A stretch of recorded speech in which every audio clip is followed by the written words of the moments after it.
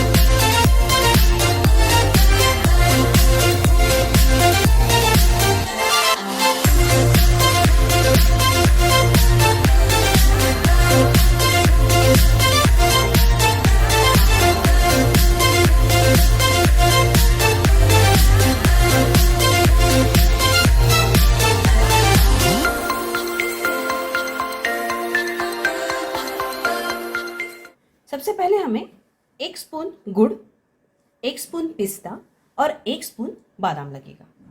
अब सभी लोग जानते हैं कि गुड़ में लोह की मात्रा सबसे ज़्यादा होती है। पिस्ता और बादाम में प्रोटीन की मात्रा हमें ज़्यादा से ज़्यादा पाई जाती है। इन सब को हमें गैस पे गरम करके उसकी थोड़ा बहुत हमें चिक्की टाइप या फिर जो हम कहेंगे थोड़ा कैरेमल उसका बना के हमें एक प्लेट में सजा के रखना है, जो कि मैंने पहले से आपको बना के यहाँ रखा है। तो इस तरीके का ये कैरेमल जो गैस पर गर्म करने के बाद हमें इस तरीके से दिखेगी, ये हमें सबसे लास्ट में काम में आएगा। अब हम दूसरी ओर चलते हैं। अब स्मूदी बनाने के लिए हमें कुछ इंग्रेडिएंट्स की ज़रूरत पड़ेगी। सबसे पहले 1 कप हमें दूध लगेगा, जो कि एक बाउल में हम डाल देते हैं। इसे हम कोकोनट मिल्क कहेंगे। इसके अलावा आप आलमंड मिल्क भी ले सकते हैं। कोकोनट मिल्क की रेसिपी आपको यूट्यूब चैनल पे मिल जाएगी, आप देख सकते हैं। कोकोनट मिल्क में हमें ज़्यादा से ज़्यादा प्रोटीन मिलता है और वो पचने के लिए भी बहुत फ़ायदेमंद होता है। बालों के लिए, आँखों के लिए ये कोकोनट मिल्क बहुत ही ज़्यादा फ़ायदेमंद होता है। फिर इसके बाद हमें 1.5 स्पून हमें चिया सीड्स लेनी है। आप सभी लोग जानते हैं कि चिया सीड्स में बहुत ही ज़्यादा ओमेगा 3 फैटी एसिड्स होते हैं और इससे हमारा वज़न कम करने में हमें बहुत ही ज़्यादा सुविधा होती है या बहुत ही ज़्यादा वो हेल्पफुल होता है। ज़्यादातर ये हमें ओवरनाइट रखना चाहिए, ताकि क्या होगा कि ये चिया सीड्स फूलकर बड़े हो जाते हैं, उनमें वाटर सोक कर लेते हैं, तो वो पचने में भी बहुत अच्छे सुविधाजनक होती है। और इसमें थोड़ा एसेंस लाने के लिए हम वैनिला एसेंस का यूज़ करते हैं। बिल्कुल, या 2 या 3 ड्रॉप्स भी आप डाल सकते हैं, ज़्यादा नहीं, क्योंकि ज़्यादा डालने से हमें शायद थोड़ा स्मेल आ सके या फिर और कुछ, थोड़ा रंग भी इसमें चेंज हो जाता है। तो इस वजह से हम इसको, आप इसे ओवरनाइट सोक करके रख सकते हैं या फिर कम से कम 1 या 2 घंटा तो भी सोक करके रखें। देखिए अभी मैंने डाला है तो ये बहुत ही ज़्यादा गाढ़ा दिख रहा है, ताकि क्या होगा, जो भी हम सैलड बनाते हैं तो उसमें ये स्मूदी का काम करता है। ओके, अगर आप चाहें तो इसमें थोड़ा हनी भी डाल सकते हैं। मैं कम से कम इसमें 1 स्पून हनी डाल देती हूँ, इससे स्मेल और टेस्ट और भी अच्छा आएगा। हम शुगर का बिल्कुल भी इस्तेमाल नहीं कर रहे, क्योंकि ये हमें वज़न कम करने के लिए रेसिपी बनाई जा रही है। अभी कोई तामझाम नहीं, हमने पहले कैरेमल का गुड़ की कैरेमल का हमने ड्राई फ्रूट्स का बनाया है। फिर सेकंड हम उसमें चिया सीड्स और कोकोनट मिल्क का हम स्मूदी बना रहे हैं। अब हमें इसमें सिर्फ फ्रूट्स ऐड करने हैं और एक मस्त पैकी सैलेड बनाना है। तो चलो स्टार्ट करते हैं। अभी हम इसमें जो फ्रूट्स ऐड करने वाले हैं, आप अपने हिसाब से सीजनल फ्रूट्स भी ऐड कर सकते हैं, जैसे पपाया, एप्पल, पाइन एप्पल, या फिर जो अभी सीजनल अवेलेबल है उस हिसाब से। तो मैंने यहाँ पे पपाया लिया है, पेर जो कि आप सब जानते हैं इस तरीके का होता है, उसमें हमने कीवी भी ऐड की है, दिस वन, और गार्निशिंग के लिए हमने अनार के दाने यूज़ किए। तो चलिए स्टार्ट करते हैं। सबसे पहले हम फ्यू ड्रॉप्स नहीं, सॉरी माफ़ कीजिएगा, 2-3 हम कीवी के फ्रूट्स डालेंगे। फिर उसके बाद हम थोड़े से हम पेर के फ्रूट्स डालेंगे, पापाया। इन सभी में high rich carotenes, proteins available है। फिर उसके बाद ये जो हमने ओवरनाइट सोक करके जो रखा था वो हम इसमें थोड़ी थोड़ी मात्रा में डाल देते हैं, ताकि आपका सैलेड एकदम टेस्टी और लुक वाइज भी वो बहुत ही प्यारा दिखे।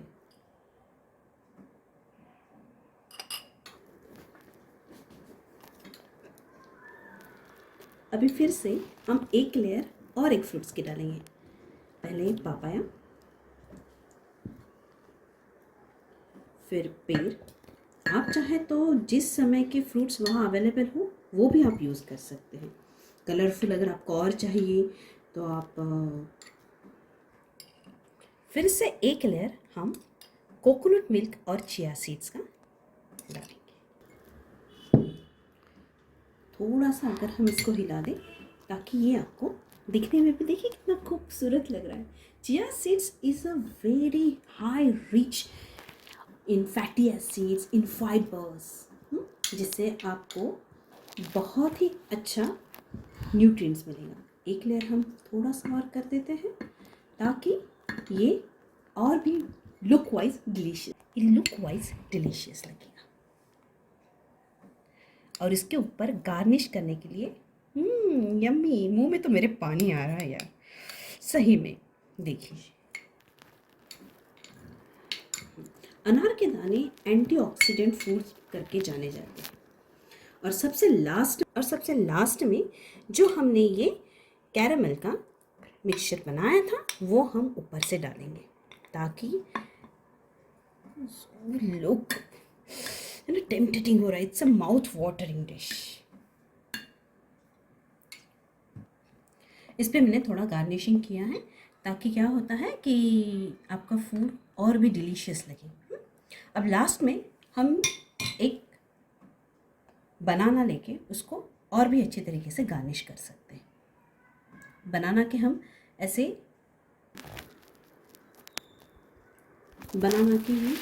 स्लाइस करके आप उसे और भी अच्छे तरीके से गार्निश कर सकते हैं और ये इतना मस्त लगता है खाने में भी।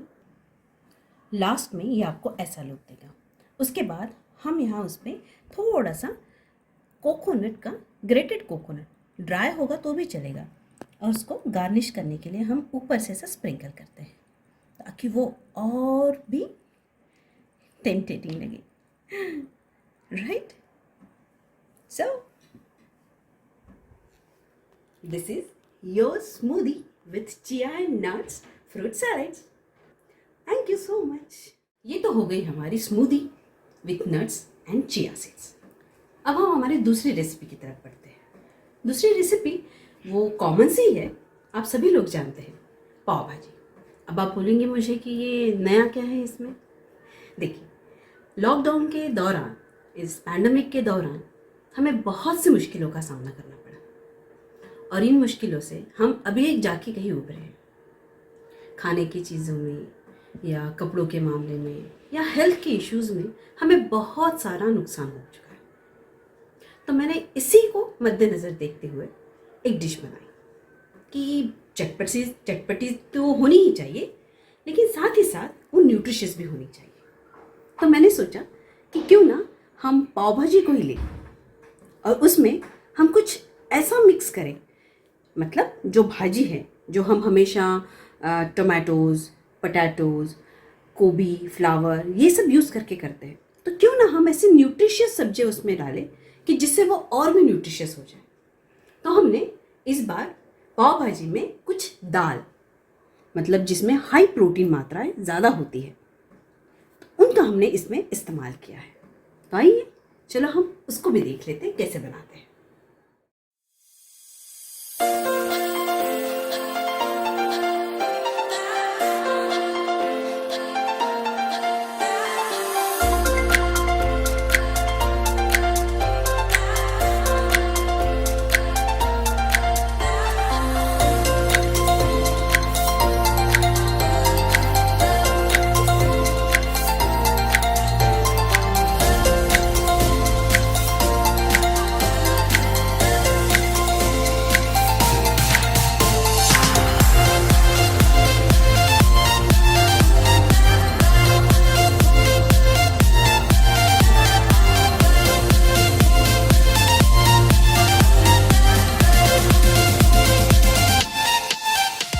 तो चलिए अब हम स्टार्ट करते हैं पाव भाजी बनाना।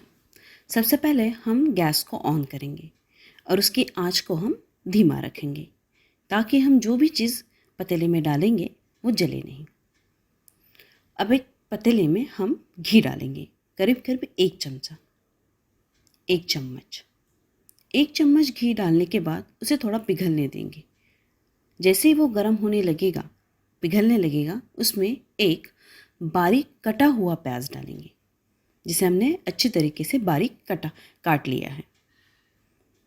उसमें हम डाल देंगे और उसे अच्छी तरीके से मिलाएंगे ताकि वो जले नहीं। आंच हमेशा कम रखनी है, उसे हर वक्त हिलाते रहिए, हल्का सा ब्राउन होने तक हम उसे पकाएंगे।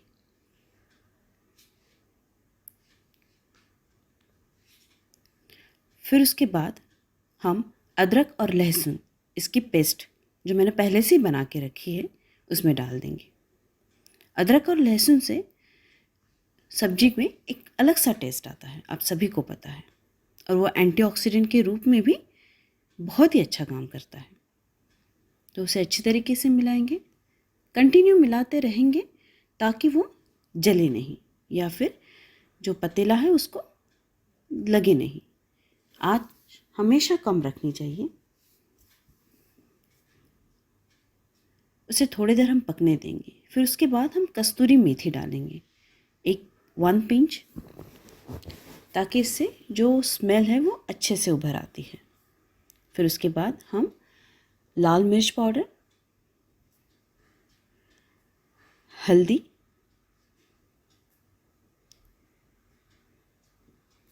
अच्छी तरीके से मिलाएंगे। फिर उसके बाद हम धनिया पाउडर डालेंगे और इन सब को हम अच्छे तरीके से मिलाएंगे। आँच हमेशा कम रखिएगा ताकि आपकी जो चीज़ है वो जले नहीं। अच्छी तरीके से हिलाएंगे। फिर उसके बाद हम कड़ी पत्ता के 4 या 5 पत्ते डाल देंगे, वो भी उस तेल में जो घी है उसमें डाला है उसमें अच्छी तरीके से वो पक जाए या फिर अच्छी तरीके से उसका स्मेल उसमें उतर जाए। फिर उसके बाद हम 2 टमाटर की प्यूरी जो पहले से बना कर रखी वो उसमें डाल देंगे। फिर उसके बाद मूंग दाल की हमने पेस्ट बना के रखी वो भी उसमें हम अच्छी तरीके से डाल देंगे। फिर जो हमारी मेन सब्जियां हैं, सब्जी की जगह पे हमने दालें ली हैं, उसे आधी रात को हमने सोख के रखा है, फिर उसके हमने सुबह उठ के पेस्ट बनाई है, तो वो भी हम उसमें डाल देंगे। फिर उसके बाद 2 आलू स्मैश करके, उबले हुए 2 आलू, और उसको अच्छी तरीके से हम मिक्स करेंगे। मिक्स करते समय आप ये ज़रूर ध्यान में रखिएगा गैस हमारी धीमी आंच पे होनी चाहिए। अब उसे मिलना अच्छी तरीके से मिक्स होने के बाद उसमें हम स्वादानुसार नमक डालेंगे और उसे अच्छी तरीके से फिर से मिक्स करेंगे। जब हमें लग रहा है कि हमारी पेस्ट गाढ़ी हो रही है तो हम उसके अनुसार उसमें पानी डाल सकते हैं। अब उसमें हम पाव भाजी मसाला डालेंगे। आप तेल में भी डाल सकते हैं, लेकिन तेल में जलने की ज़्यादा संभावना होती है, इसलिए हम सब सब्जियां डालने के बाद ही पाव भाजी मसाला डालेंगे और उसे अच्छी तरीके से मिक्स करेंगे। अब उसमें जितना आपको लगता है उतना ही पानी डालेंगे ताकि वो ज़्यादा गाढ़ा ना रहे और ज़्यादा पतला भी ना रहे। जितना चाहिए उतना पानी डाल दीजिए और उसे अच्छी तरीके से हिलाइए। याद रखिएगा आँच हमेशा धीमी रखिए ताकि आपकी जो सब्जी है या जो भी आप उसमें डाले हैं वो जले नहीं, और उसे अच्छी तरीके से हिलाइए। पाव भाजी जैसा रंग नहीं आ रहा है तो इसलिए हम ऊपर से थोड़ा सा रंग डाल रहे, क्योंकि हमने जो सब्जी बनाई है या हमने जो सब्जी चुनी है वो है दालें, और दालों में रंग नहीं होता है। टमाटर प्यूरी भी हमने उतनी नहीं डाली है जितना हमें चाहिए, इसलिए अभी देखिए थोड़ा सा रंग आ रहा है। उसको हम पकने के लिए रख देते हैं और तब तक हमारे जो पाव है हम उसको गरम कर लेते हैं। अब पाव को गरम तवे पे सेकने के लिए सबसे पहले हम पाव में थोड़ा सा घी लगाएंगे। अगर डायरेक्टली हम तवे पे घी डालते हैं तो घी या उसमें से थोड़ा जलने की बदबू आती है, तो उसे अच्छी तरीके से हम गरम कर देंगे। थोड़ा प्रेशर डाल के अगर हम उसे पकाते हैं तो पाव अच्छे से हो जाते हैं और घी भी अच्छी तरीके से पूरे पाव में फैल जाता है। दोनों तरफ से हम पाव को गरम तरीके से सेकेंगे। जितना आपको लगता है उतने ही पाव हम लेंगे, ज़्यादा लेने की ज़रूरत नहीं है। अगर आपको ज़्यादा लगते तो आप ज़्यादा ले सकते हैं, दोनों तरफ से हम पाव को सेकेंगे। आप देख रहे हैं कि अच्छे तरीके से पाव सेक रहे हैं हम। लॉकडाउन के दरमियान बहुत सारी चीज़ें हम लोग भूल जाते हैं, लेकिन ये एक अच्छा तरीका है कि पाव भाजी के साथ हम उसे याद रखते हैं। देखिए, ये हो गया हमारी पाव भाजी। अब हम इसको सर्व करेंगे। सब्जी भी हमारी करीब करीब बनी चुकी है। देखिए,